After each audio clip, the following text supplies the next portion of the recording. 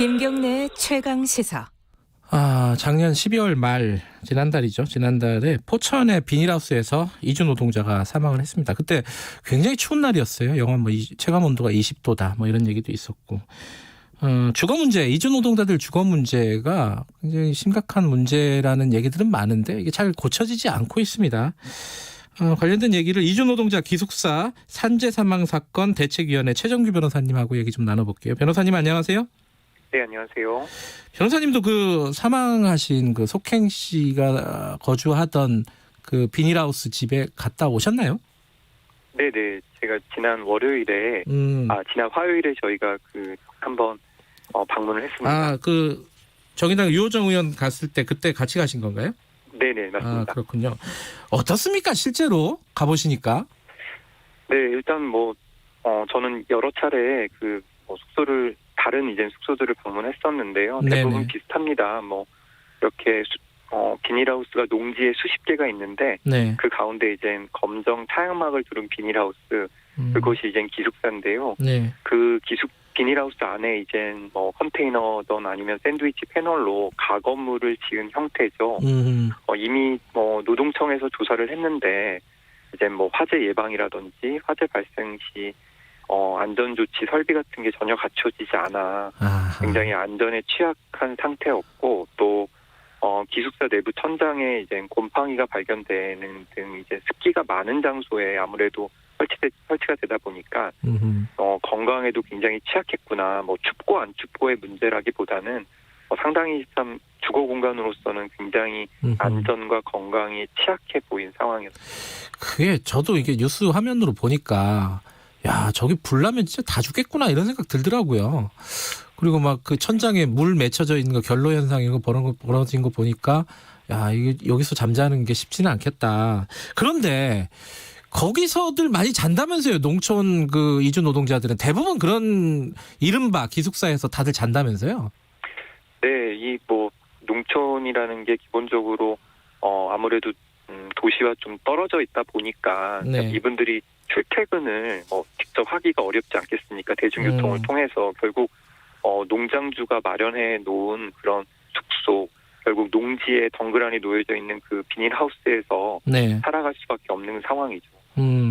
그런데 이게 그냥 상식적인 눈으로 보면 좀 불법 건축물 같아요. 근데 거기서 노동자들이 거주를 해도 법적으로는 아무 문제 없는 겁니까? 있을 거 아니에요, 관련 법이.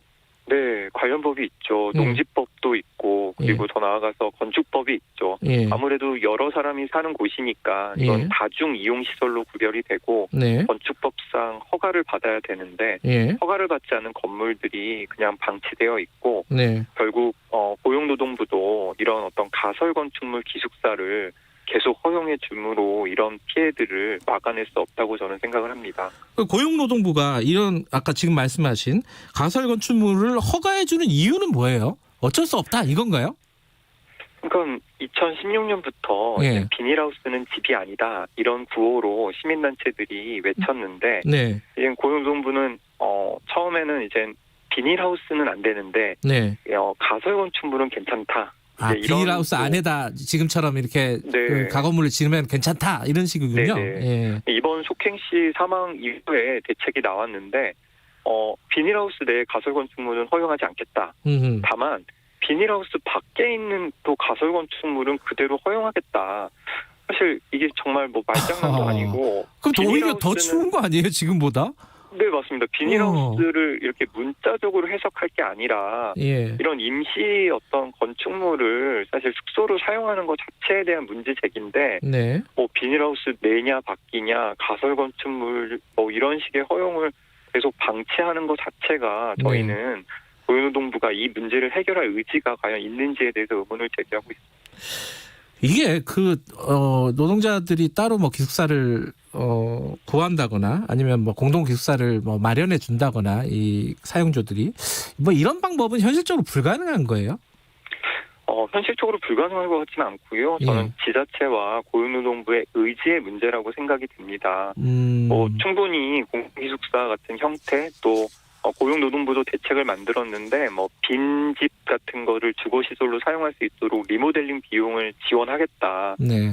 이런 여러 가지 형태로 충분히 해결할 수 있는데 그냥 특별히 이런 아주 큰 피해가 있을 때만 사실 대책을 내놓고 조금씩 진전된 대책을 내놓는데 사실 궁극적인 해결 방안을 마련하지 못한 상태라서 저희 대책위가 계속 목소리를 높이고 있습니다. 지금 대책위에서 마련하라는 대안은 지자체하고 사용주하고 좀 협의해가지고 그런 그래도 살만한 주거 공간을 마련해라 이런 거예요, 그러면? 네, 그렇습니다. 저희가 사실 농장주분들도 많은 또 우려를 표하고 계시는데 저희 대책이던 이주 노동자 인권도 중요하지만 또 농촌의 현실을 아예 무시하는 건 아니고요. 그럴 수 있죠. 당연히 이게 농장주와 싸우려고 하는 건 아니고 사실 농촌이 여러 산업 구조상 굉장히 열악한 거 아닙니까? 그리고 그 열악한 상황에서 사실 이주 노동자의 고용 허가를 통해서 그나마 정부에서 지원책을 마련한 건데 그러다 보니까 이제 이주 노동자는 그 열악한 환경에 정말 최전선에서 그걸 떠받쳐 있는 상황인 거죠. 그래서 이 이주 노동자의 피해를 정말 예방하고 또 방지하기 위해서는 농장주만의 노력이 아니라 정말 정부와 지자체가 여러 가지 해결 방안을 모색해야 될 거라 생각이 듭니다. 근데 그게 그 이주 노동자들 같은 게 거기에 그냥 공짜로 사는 것도 아니고 돈 내고 살잖아요. 네, 맞습니다. 한 달에 보니까 10만 원, 20만 원, 30만 원 이런 식으로 그 지역마다 다르겠지만은 내고 살더라고요.